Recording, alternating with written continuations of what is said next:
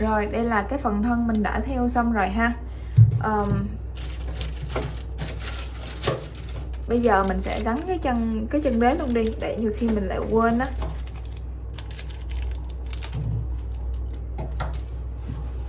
Chân đế thì các bạn chọn cái chỗ nào phù hợp thì mình gắn ra nha.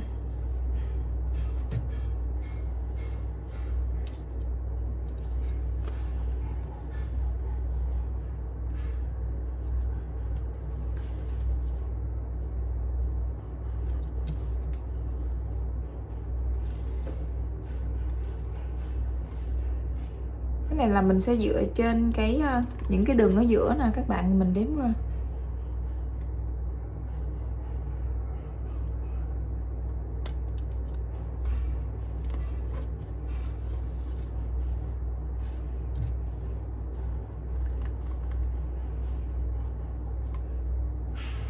Còn để cân xứng hai bên thì mình đếm ở ngoài vào ha.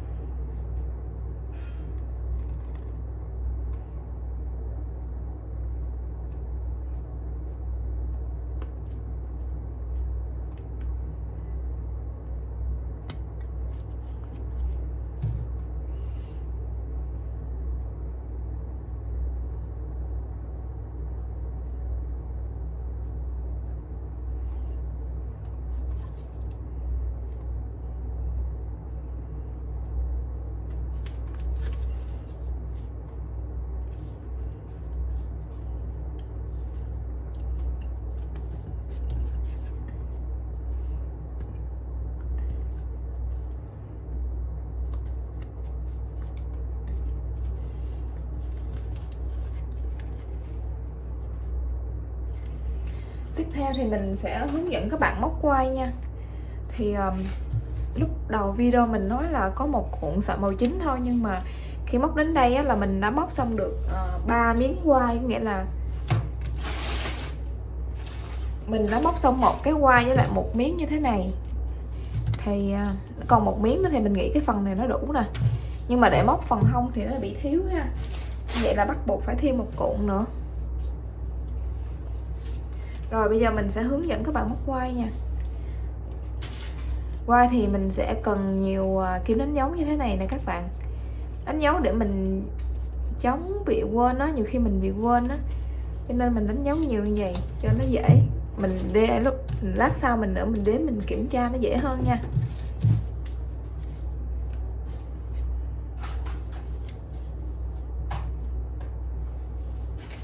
Các bạn sử dụng cho mình cái kim móc 2.5mm nha.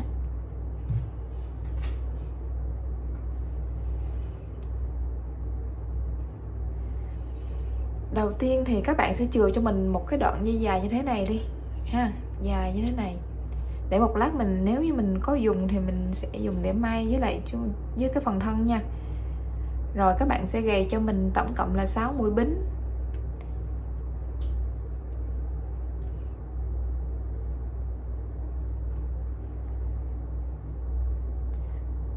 Rồi hàng số 1 mình sẽ gầy mũi lên nha. Các bạn sẽ bỏ cái bính đầu tiên này, các bạn móc từ cái mũi bính số 2. Các bạn móc lên đến đây thôi, các bạn giữ trên kim như thế này cho mình ha. Rồi mình tiếp tục với cái bính kế tiếp nha. Mỗi một bính thì các bạn sẽ lấy lên một mũi như thế này cho mình.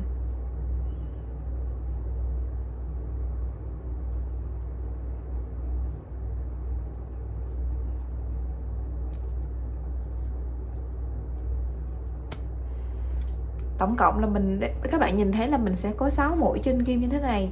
Một mũi là nó đã có sẵn rồi á các bạn, là cái chân mà mình đã bỏ qua ha. Còn những cái mũi còn lại là mình vừa gãy lên được 5 mũi nè. Thì bây giờ các bạn sẽ bóc trở lại nè, các bạn móc qua từng mũi nha. Đầu tiên cái mũi thứ nhất thì các bạn chỉ qua có một sợi một nè. Nhưng mà cái mũi thứ hai các bạn sẽ ngoéo một cái, các bạn móc qua thêm 2 sợi nha.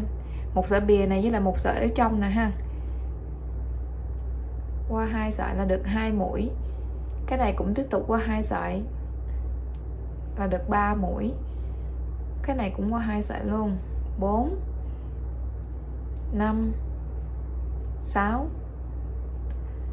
Đó là mình xong cái hàng đầu tiên nha. Thường là một hàng là phải gầy một lần xong rồi móc trở lại mới được một hàng. cái này nó không phải là cái hàng mũi đơn bình thường, giống như là cái này nó kiểu móc giả đan á, mình cũng không biết giải thích làm sao nữa. Rồi bây giờ mình sẽ móc hàng số 2 thì mình sẽ gầy mũi. Gầy mũi ở đây thì các bạn sẽ thấy những cái đường dọc xuống dưới này nè. Ở phía ngoài này là mình đã có một cái chân sẵn rồi, mình không có gầy ở phía dưới nữa ha. Mình bỏ qua cái chân này, mình gãy mũi ở phía cái chân kế tiếp nè. Thì các bạn sẽ chọt cái kim từ bên phải qua, các bạn kéo sợi. Đó, là được một mũi. Tiếp tục như vậy ha, đến khi nào mà các bạn đủ 6 mũi trên kim nha.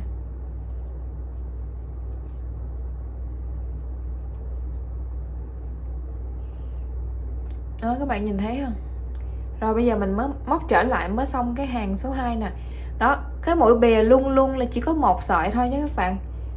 Đó. Rồi những mũi sau thì nó sẽ có 2 sợi.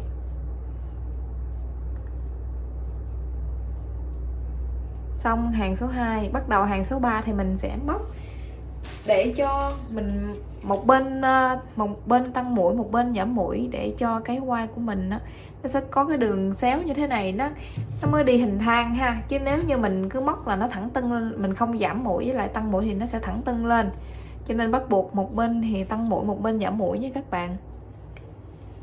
Mình cũng không nhớ đó, không có cuốn sổ ở đây.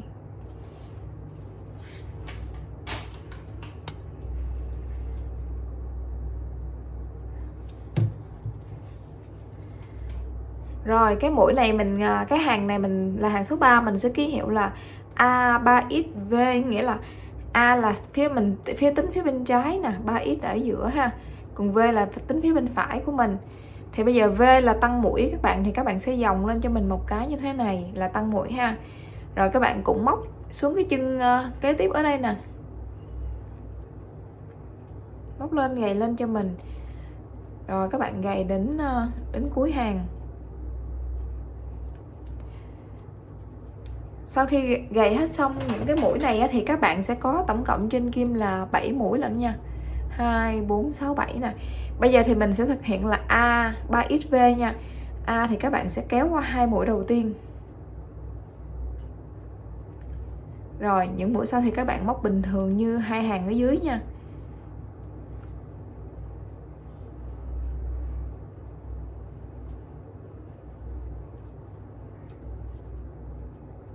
Thì các bạn thấy cái mũi mà mình mới tăng ở đây nó nhỏ xíu à, nó không có mũi dài như những cái mũi sau nha. Thì khi gầy mũi các bạn cũng chú ý, các bạn nhớ gầy cho mình ha. Đó là cái mũi mình mới tăng á, các bạn gầy lên. Quên các bạn đánh dấu cho mình cái hàng số 3 này đi, để mình quên nha. Là cái hàng này mình vừa tăng mũi vừa giảm mũi đó. Rồi tiếp theo cái hàng số 4 với hàng số 5 các bạn móc bình thường cho mình, nhưng mà chú ý cái phần gầy mũi nè. Đó, cái chân này mới được tăng ở hàng số 3 cho nên các bạn nhớ gầy lên nha.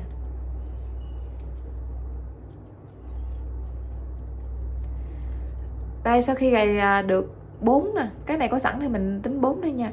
Ở đây các bạn thấy là hai cái mũi này là hai cái mũi mình vừa giảm đó, thì các bạn chọt qua một lượt 2 mũi luôn cho mình đi. Chọt qua một lượt 2 mũi, các bạn gầy một lần một, các bạn kéo lên. Các bạn có thể làm như thế này, các bạn chỉ cần kéo một mũi các bạn gầy lên cũng được, nhưng mà mình thấy như vậy thì cái này nó bị thừa, nó nhiều khi sợi không đẹp á, cho nên mình sẽ kéo qua luôn 2 mũi như thế này, mình kéo lên như thế này ha.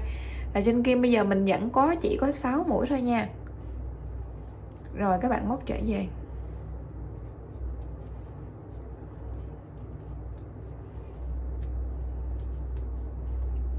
Rồi tiếp theo hàng số 5 thì mình vẫn móc bình thường, gầy lên cho mình 5 mũi.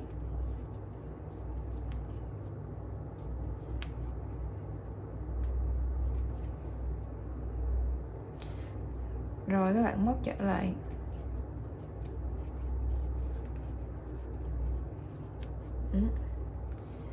Rồi đến hàng số 6 thì mình lại tiếp tục vừa giảm mũi vừa tăng mũi ha. Rồi để tăng mũi thì các bạn sẽ ngoái cho mình một mũi như thế này. Xong sau đó các bạn lấy mũi ở phía dưới.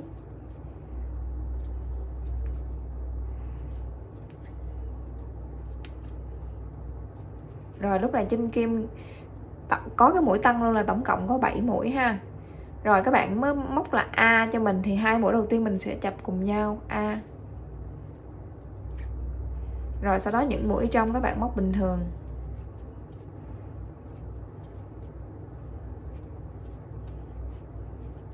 Rồi đánh dấu vô cho mình.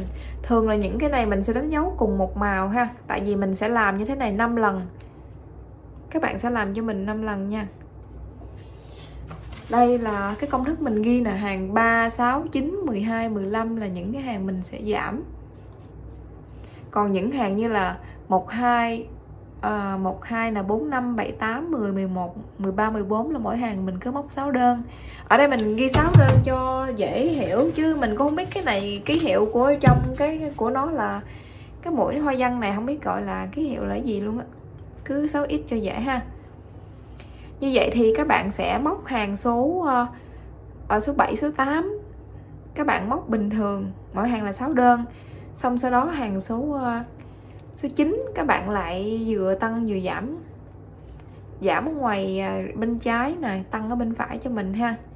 Cứ lặp lại đến hết. Cứ lặp lại đến hết cái phần mình cái công thức mình ghi trên màn hình nha các bạn.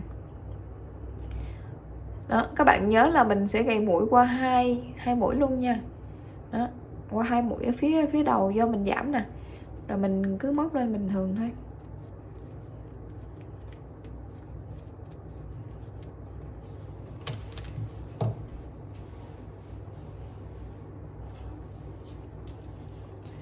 Đó, khi nào mà các bạn móc được cái hàng số 12, số 9, số 12, số 15 thì các bạn cũng nhớ đánh dấu vô cho mình nha. Đánh dấu tụi nó cùng một màu như thế này nè, 1, 2, 3, 4, 5. Đó, khi các bạn móc xong đến cái hàng số 15 á, thì mình ngưng ha, mình sẽ hướng dẫn tiếp ha. Các bạn nhớ đánh dấu vô nha.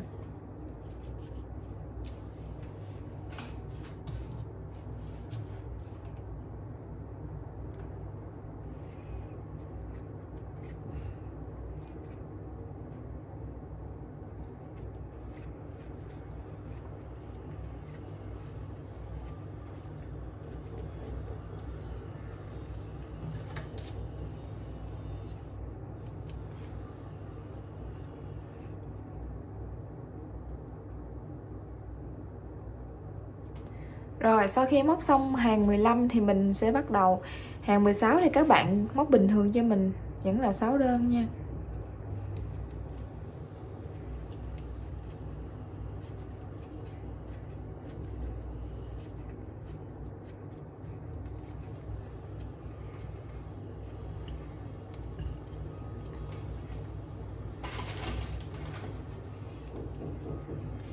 Rồi tiếp theo hàng số 17 này các bạn dùng đánh dấu khác màu cho mình cho dễ phân biệt nha. Hàng 17 thì mình sẽ móc cho cái này cho nó có cái độ cong, có phần quai của mình ha. Thì mình chỉ móc 3 mũi thôi, nhưng mình có hàng mình sẽ móc chỉ 3 mũi thôi nha. Bắt đầu hàng 17 này các bạn sẽ gầy cho mình 2 mũi. Rồi các bạn móc trở về cho mình 3 đơn ha. Thì mình ghi ký hiệu là hàng 17 3x đó, nghĩa là mình chỉ móc 3 mũi thôi. Rồi các bạn đánh dấu vô cho mình ha. Tiếp theo hàng 18 các bạn sẽ gầy lên cho mình 6x 5 mũi chứ, 5 mũi. Các bạn gầy xuống cái mũi ở cái chân cái hàng số 16 nè, nó hàng 17 thì nó sẽ cao hơn hàng 16 3 mũi ở đây. Thì đến khi hàng 17 các bạn gầy xuống các bạn gầy thì các bạn gầy 3 mũi ở phía trên. Đến cái chỗ này thì các bạn gầy 3 mũi của cái hàng 16 phía dưới. Thì nó sẽ tạo một cái độ dốc, như là ở đây nó sẽ có cái khoảng hình tam giác nó cao lên đó các bạn. Đó. Bây giờ các bạn cứ móc trở lại cho mình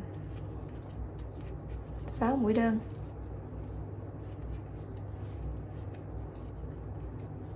Rồi tiếp theo hàng số 19 các bạn sẽ móc cho mình 3 đơn ha. Thì lặp lại tương tự như lúc nãy thôi.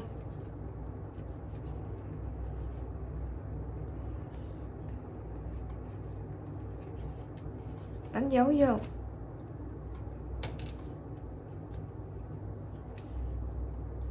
Rồi tiếp theo các bạn móc hàng số 20 các bạn móc cho mình 6x.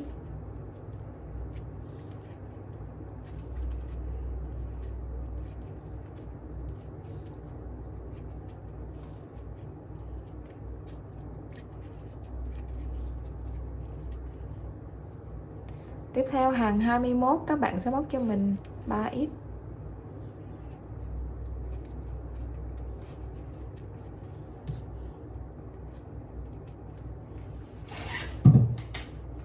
Rồi hàng số 22 6x. Tại cái này nó còn ít hàng cho nên mình sẵn đây mình quay phim luôn á, không thì mình ghi công thức các bạn đọc chẳng hiểu. Nhưng mà thôi đi, nó ngắn thì mình ít hàng thôi mình quay luôn. Rồi tiếp theo hàng số bao nhiêu rồi ta? 23 các bạn móc cho mình 3x.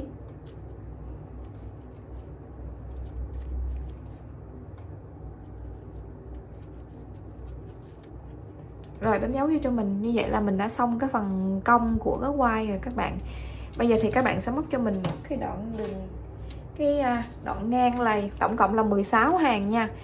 Thì 16 hàng đó thì là nó từ hàng 24 đến hàng 39. Mình ghi từ hàng 24 đến 39 là bằng 6x. Nghĩa là các bạn sẽ móc cho mình tổng cộng là 16 hàng. Đó, chiều dài là 16 hàng nha. Sau khi móc xong 16 hàng này thì mình sẽ bắt đầu mình móc 3x 4 lần như thế này nè. Đó, 3x 6x. Đó, mình móc 4 lần như thế này. Xong rồi mình lại giảm mũi tăng mũi. Nó sẽ tương xứng với lại bên này ha. Rồi mình đã móc xong cái hàng 16 hàng ha. Là nó cái hàng số 39. Bây giờ cái hàng số 40 này các bạn sẽ móc cho mình 3x nha.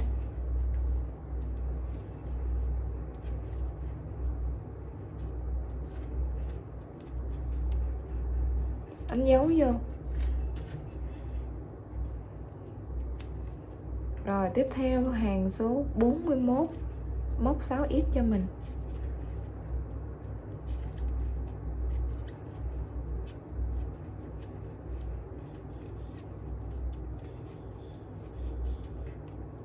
Hàng 42 các bạn sẽ móc cho mình 3x.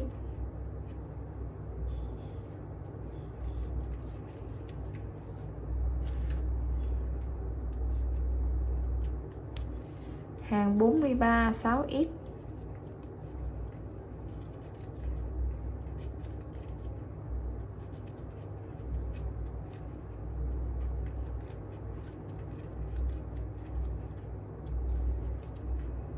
Rồi hàng số 44 3x.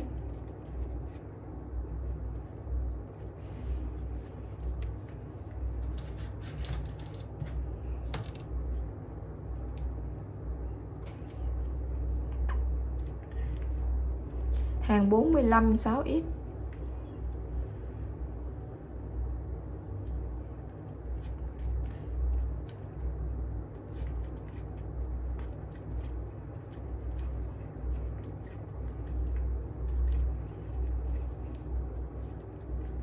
Rồi hàng 46 các bạn móc cho mình 3x.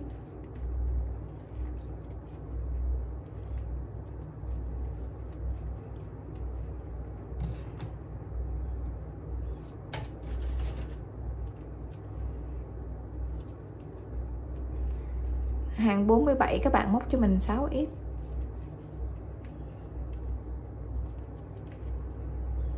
Cái này bên kia móc sau thì mình móc trở lại y chang vậy nha các bạn, nó phải cân xứng qua hai bên.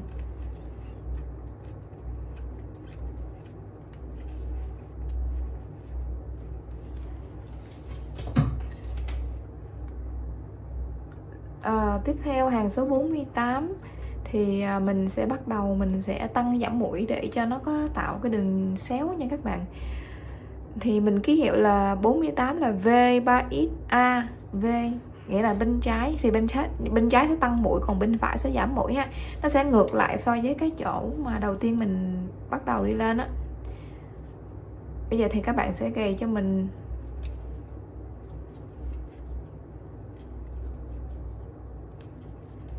ở đây là mình có 5 mũi rồi ha. Còn cái mũi cuối nè các bạn sẽ ngoái một cái rồi các bạn hãy móc mũi cuối cùng nha. Đó, nghĩa là mình sẽ tăng mũi cái gần với cái mũi bìa nhất luôn. Thì sau khi tăng mũi xong thì các bạn sẽ có cho mình là 7 mũi như thế này. Thì 7 mũi này thì các bạn sẽ móc từ ngoài vô là các bạn vẫn móc 5 mũi bình thường, chừa lại hai cái mũi cuối cùng thì mình sẽ giảm mũi ha. Các bạn này móc qua từng mũi với các bạn, cái này là tăng chứ không có giảm đấy nha. 1 nè, 2 3 4 5. Đó, sau khi móc 5 mũi thì các bạn sẽ còn 2 mũi ở bên đây với lại một mũi này gọi là mũi nối đi, thì các bạn sẽ kéo lượt qua 3 mũi như thế này luôn cho mình để giảm mũi nha. Đó, xong thì các bạn sẽ đánh dấu cho mình. Rồi các bạn gầy, khi gầy mũi á, thì các bạn sẽ không có gầy cái mũi mình vừa giảm, tại vì nó đã có trên kim sẵn rồi nè. Thì các bạn gầy những cái mũi á, kế bên thôi. Ở đây là 2 4 5 nè. Đó. Mình sẽ không gầy ở hai cái mũi mình vừa giảm ở trong này ha.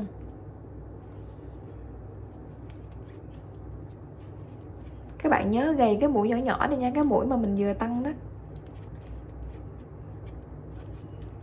Đó, trên kia mình lại có 6 mũi ha. Rồi các bạn móc trở lại.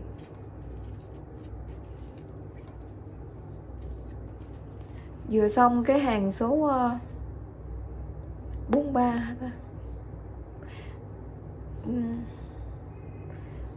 Mình không nhớ luôn á. Hồi nãy là hàng 47, 40, 48 49. Vậy là mình mới xong hàng 49. Bây giờ mình móc hàng 50 thì mình vẫn móc 6 đơn nha. Hàng 50 6 đơn.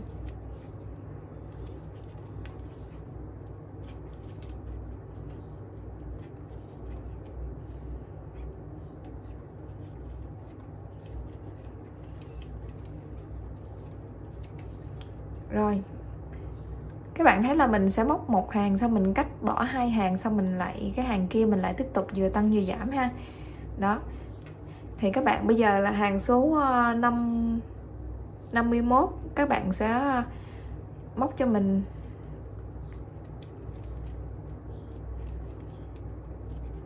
nhớ là mình tăng mũi nè, gần cái cuối các bạn sẽ ngoéo một cái để tăng mũi nha.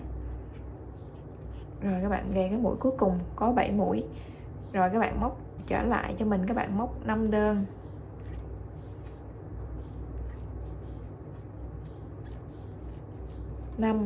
Xong sau đó mình sẽ giảm mũi ở phía này, đánh dấu vô. Rồi thì mình công thức mình sẽ để trên màn hình đó các bạn móc tương tự vậy giúp mình ha, tại hướng dẫn hoài thì nó vẫn vậy thôi à, mà nó mất thời gian của các bạn. Đây là mình móc, mình tăng, mình giảm mũi nè.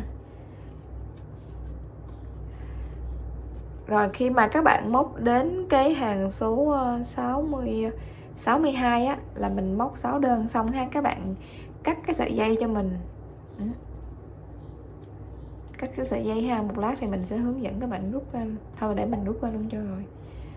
Còn cái khi mà móc cái mảnh thứ hai thì các bạn sẽ giữ cái sợi dây này cho mình ha, bạn để mình ráp luôn hai cái quai lại với nhau. Còn bây giờ thì các bạn móc cái mảnh đầu tiên thì các bạn sẽ cắt dây, xong rồi các bạn chừa một đoạn dài như thế này nè, rồi các bạn kéo ra ngoài như thế này. Còn khi mình móc cái miếng thứ hai thì các bạn giữ dây để mình ráp xung quanh nè. Sau khi móc xong cái miếng này thì mình còn bao nhiêu đây sợi mình không biết là có ráp đủ hay không đó. Rồi cái dây này nè mình sẽ giữ nguyên nha. Hồi nãy mình có dặn các bạn rồi đó, một dây á, một cái thì các bạn sẽ cắt đi nè, còn một cái các bạn giữ nguyên để mình ráp luôn ha. Thì cái phần ráp ở phía dưới chân này nè các bạn, thì mình sẽ móc đại đại nha, tại vì nó là cái phần mà mình sẽ mai ở phía trong túi rồi, không có nhìn thấy cho nên mình móc nó không có cần có cái kỹ thuật đó. Các bạn sẽ móc lên cho mình một bính.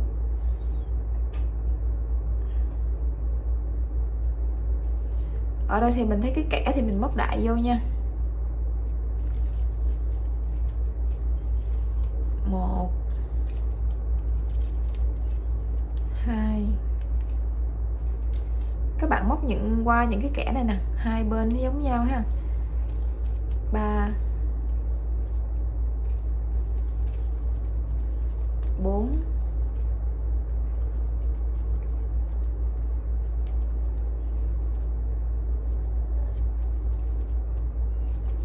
5. Rồi mình móc 5 mũi cũng được đó các bạn, không cần phải đủ 6 mũi. Tại vì cái này là mình móc để cho nó ráp hai cái nó dính với nhau thôi, chứ nó cũng không có cần kỹ thuật, tại vì nó may ở phía trong túi rồi ha. Sao mình lại nhắc lại hoài không biết. Rồi bây giờ thì mình sẽ ráp. Cái này là mình đang hướng về cái phía ở trong của túi nè, cái lường túi á các bạn. Thì các bạn sẽ móc lên cho mình một bính đi ha. Các bạn lấy cho mình cái các bạn chọt cho mình đúng cái hàng đầu tiên bên này với là hàng đầu tiên bên kia nha. Hàng đầu tiên bên đây á, thì nhìn nó dễ thấy hơn nè, tại vì nó to. Nhưng mà hàng đầu tiên bên đây là nó sẽ có một cái dư của cái gì ta, của cái hàng gầy mũi ấy các bạn, cho nên nhiều khi các bạn móc vô hai cái nó không có cân xứng thì nó sẽ bị lệch mũi liền ha. Ở đây thì nó bị mình móc đi rồi hả ta, để mình tháo ra mình xem lại ha.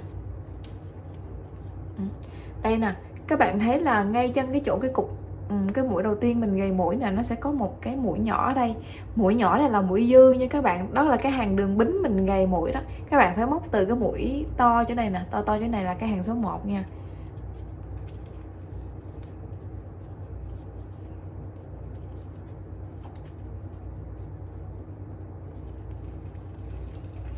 Rồi hồi nãy là mình tổng cộng là có 5 mũi đơn nè.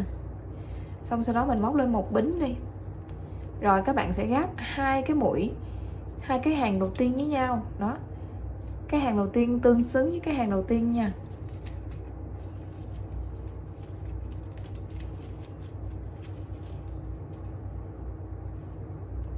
Ở đây mình sẽ gáp bằng mũi trượt nha các bạn, trượt như thế này nè. Đó, các bạn móc vừa tay thôi, mình không cần phải lỏng tay mà cũng không có cần phải siết tay ha. Móc vừa tay như thế này. Tại vì cái mũi này mà nếu mình mà siết tay nữa thì nó sẽ bị nhỏ cái sản phẩm đó, cho nên mình móc thoải mái một chút xíu. Cái này thì hơi khó đối với những bạn mà mới lần đầu móc cái kiểu quai này ha. Thì nếu như mà các bạn móc không đều thì các bạn cứ tháo ra đến đây, các bạn làm lại ha, các bạn tìm hiểu cho nó kỹ lại rồi mình sửa nha. Tại vì cái này khi mà mình làm á, thì hồi trước mình cũng hay tháo ra tháo vô mấy lần như vậy á. Nếu mà mình móc đến cuối mà nó bị dư mũi á, hai cái nó hụt với nhau á, thì một là có thể là do mình móc thiếu hàng.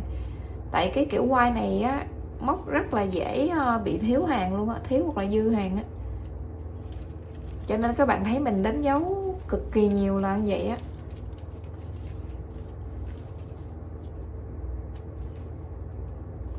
Rồi các bạn gáp qua đến bên đây cho mình nha.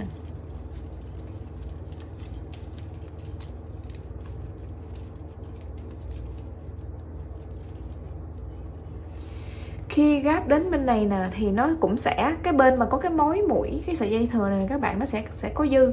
Đấy, đây là cái hàng cuối cùng nè, còn cái hàng này là hàng dư ra nha. Tại vì cái hàng dư này là của cái đường bính mình khi mình gầy đầu tiên đó các bạn. Khi gáp mà mình sẽ gặp những cái mũi mà mình đã giảm mũi các bạn, thì các bạn chỉ cần lấy cái mũi phía ngoài cho mình là được ha. Dạ, khi mình giảm hai cái mũi cùng chân với nhau á, thì mình chỉ cần lấy mũi ở phía ngoài. Ở bên đây thì mình cũng lấy mũi phía ngoài tương tự như vậy thôi.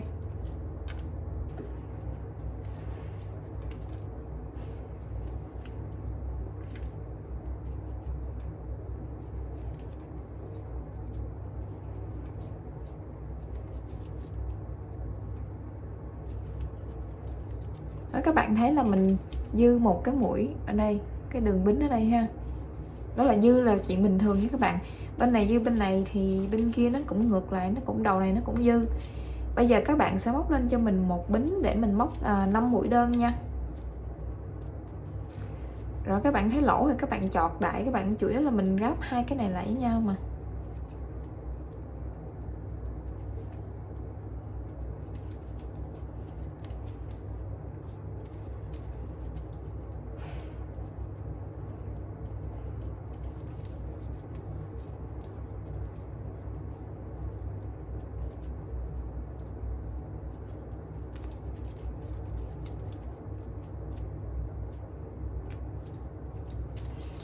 Ở đây sao mình móc được có 4 bính vậy ta? Vậy là mình móc ra ngoài rìa luôn cho được 5 bính ha. Rồi ra kìa, nghĩa là mình đã móc hai cái mũi phía ngoài hai bên luôn á các bạn. Thì bây giờ các bạn sẽ móc lên một bính cho mình nè. Bây giờ mình sẽ bắt đầu ráp cái phần này. Ráp cái phần này thì mình sẽ nhét cái phần quai vô trước nha. Đây, phần quai thì các bạn mình sẽ kẹp cái miếng nhựa mềm vào phía trong nha, cho nó tăng cái độ dày của cái quai á. Còn hai miếng nhựa cứng thì các bạn để hai bên cho mình.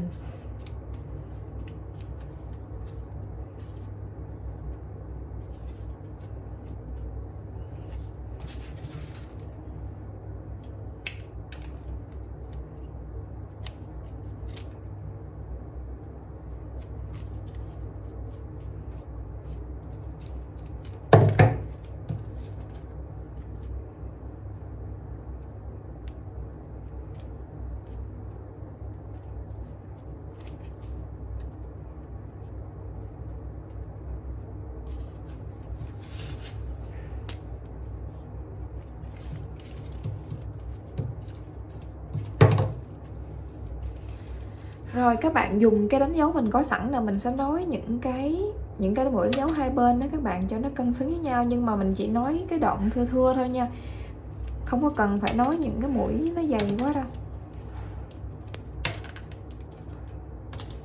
Đó, tầm khoảng thưa thưa ra 8 tới 10 mũi hay 6 mũi gì đó, nói chung là mình nói thưa thưa ra, chủ yếu là mình lấy cái khoảng cách để khi mình ráp vô nó sẽ không bị lệch ha.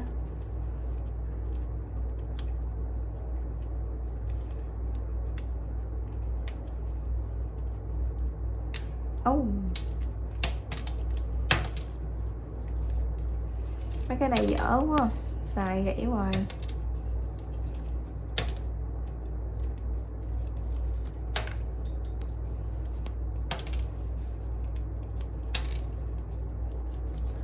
Rồi bên đây mình cũng làm tương tự nha. Rồi mình nhét quai vô mà mình thấy hai bên nó lệch nhau là các bạn, bên đây thì nó chạy xuống tuốt ở phía dưới này, còn bên kia thì nó hụt lên tuốt trên, thì mình điều chỉnh cho hai bên nó cân xứng lại với nhau ha.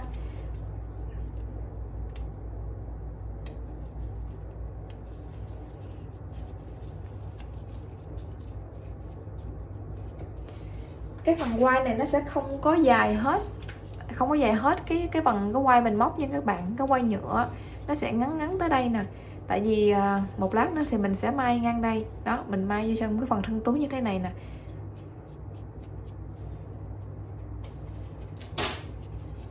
Đó, các bạn kéo hai bên cho điều chỉnh cho nó bằng nhau, để nó một bên thì dư quá, một bên thì nó bị thiếu, bị ngắn ha.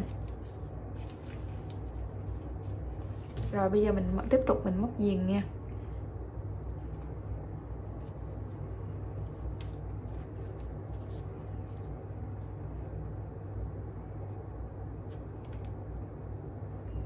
Thì khi móc viền thì các bạn mỗi hai cái mũi tương ứng với nhau thì các bạn cứ móc cho mình một mũi trượt là một mũi bính đó, hay còn một mũi dời chứ lộn, một mũi dời ha.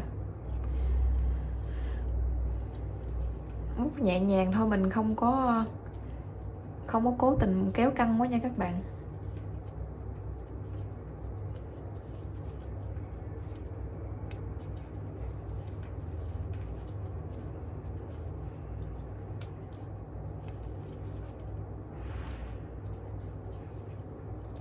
Đó, khi mình móc đến cái chỗ mình đánh dấu á, mà hai bên nó bằng nhau là đúng hết nghe, đúng đó các bạn.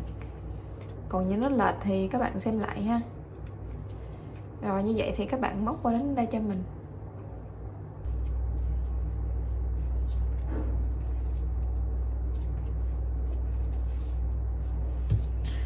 Thì mình cứ việc mình móc đến mũi cuối cùng là được nha các bạn.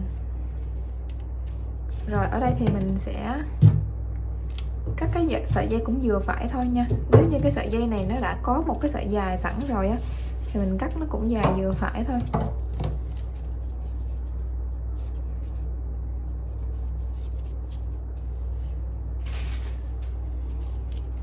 Sau khi móc xong thì mình hay xem, tại thường á mình móc một cái lỏng tay, một cái siết tay các bạn, nhiều khi nó ra hai cái size khác nhau đó.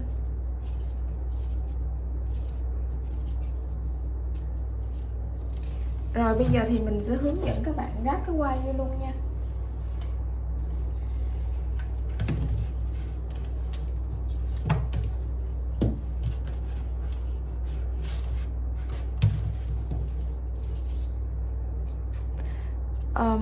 Quai á, theo mình á, thì cái mặt mà mình ráp á, thì là mặt phải, còn cái mặt mà hơi bầu này là mặt trái nha. Nhưng mà mình thấy mặt trái nó lại đẹp á các bạn, tại vì nó nhô cái phần nó hơi bầu ra, nó nhìn nó đẹp ha, nó cong. Nếu như mà các bạn nào mà thích mặt nào làm mặt phải thì các bạn cứ đưa ra nha.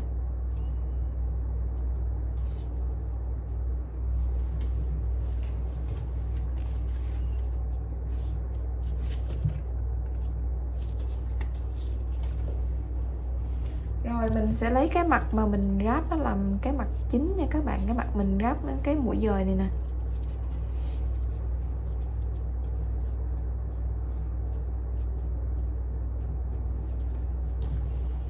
Khi may thì mình sẽ may cái chân cái đường này nè. Cái đường này mình sẽ may ngay cái chân cái quai ha. Tại vì mình may sâu xuống nữa là không có được nha các bạn, thì nó bị kẹt ngay cái chỗ cái miếng nhựa phía trong rồi, cho nên mình sẽ không may sâu xuống nữa.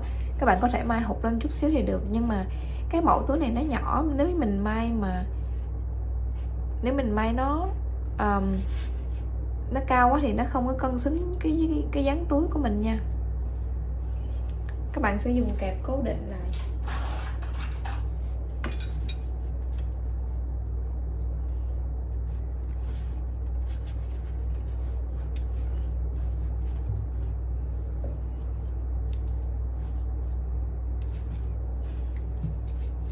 Mình để ngược này, phải để cái mặt phải đi ra ngoài mới đúng ha.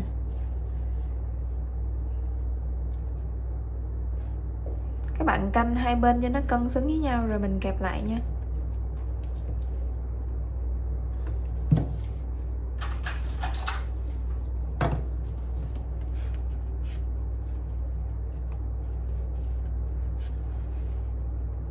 Sau khi mình may cái này rồi thì cái phần quai này mình sẽ may một lần nữa với lại với cái miếng nẹp ở cái miệng túi đó các bạn, cho nên là các bạn may làm sao mà khi mình đâm chỗ cái hàng này nè mà không bị dướng miếng nhựa phía trong quai túi ha. Rồi canh cho hai bên nó cân xứng, nó đều nhau nữa. Cái này nó hơi ngang này.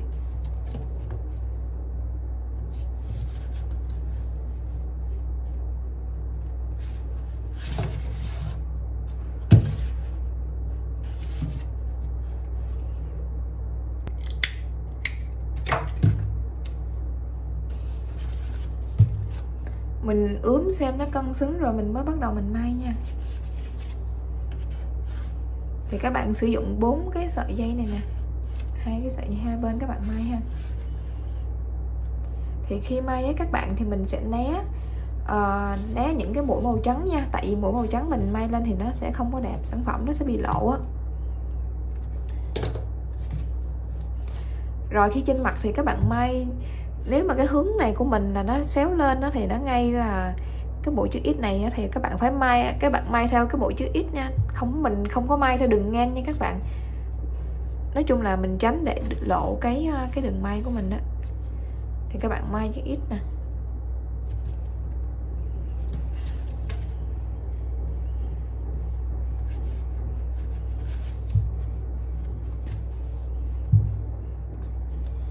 Ví dụ như các bạn muốn X lên đây á, thì là cái mũi X này, còn nếu mà muốn X xuống á, thì cái mũi, ví dụ như cái mũi của mình X xuống ở đây á, thì nó nằm ở phía dưới, cho nên mình sẽ đưa kim luồn xuống dưới rồi mình mới đâm kim xuống dưới ha.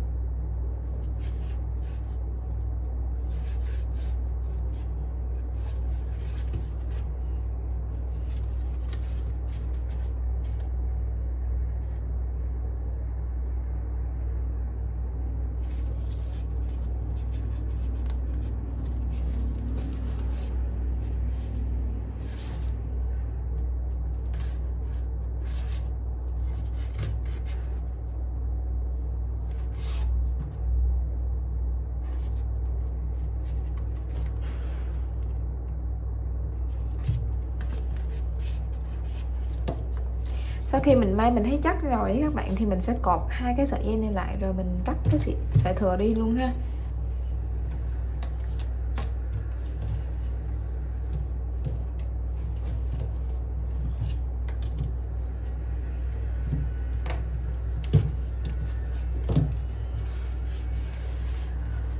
Thường thì mình sẽ không dám cắt á, tại vì mình nói là cái sợi này nó hay bung á, cho nên mình sẽ xỏ cái này vô cái quai một vài đường ha, kiểu cho nó giữ lại cái này thôi.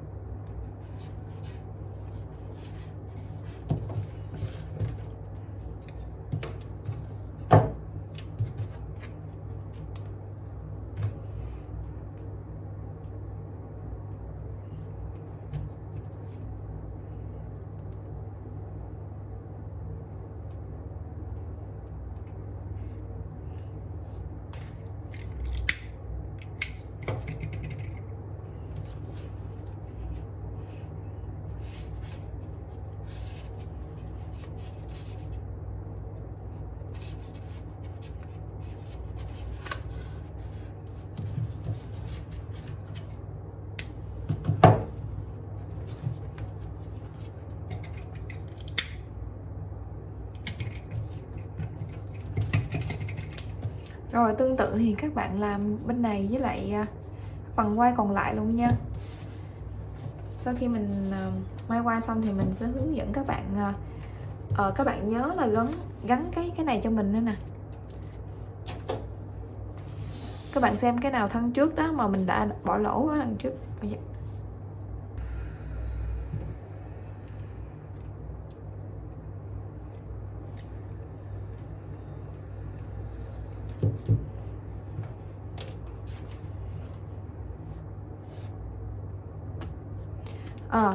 Các bạn nhớ là đưa cái mặt bóng này phía trên là để một khi mà mình bật xuống thì nó sẽ, cái mặt bóng này nó đưa như vậy ha. Có một số bạn hay để cái miếng này nè, tại các bạn thấy cái này đẹp hay sao, các bạn để lại phía trên, cái khi bật xuống đó thì như vậy là nó bị cháy này nha các bạn. Nhiều khi các bạn hoàn thành sản phẩm rồi mà mình không dám nói, tại vì đã hoàn thành sản phẩm rồi thì không có sửa được nữa, cho nên mình không có nói luôn, mình không có góp ý luôn. Cũng thấy cũng không có ảnh hưởng gì nhiều á các bạn. Rồi các bạn đặt cái miếng nẹp này vô, cái mình kẹp lại ha.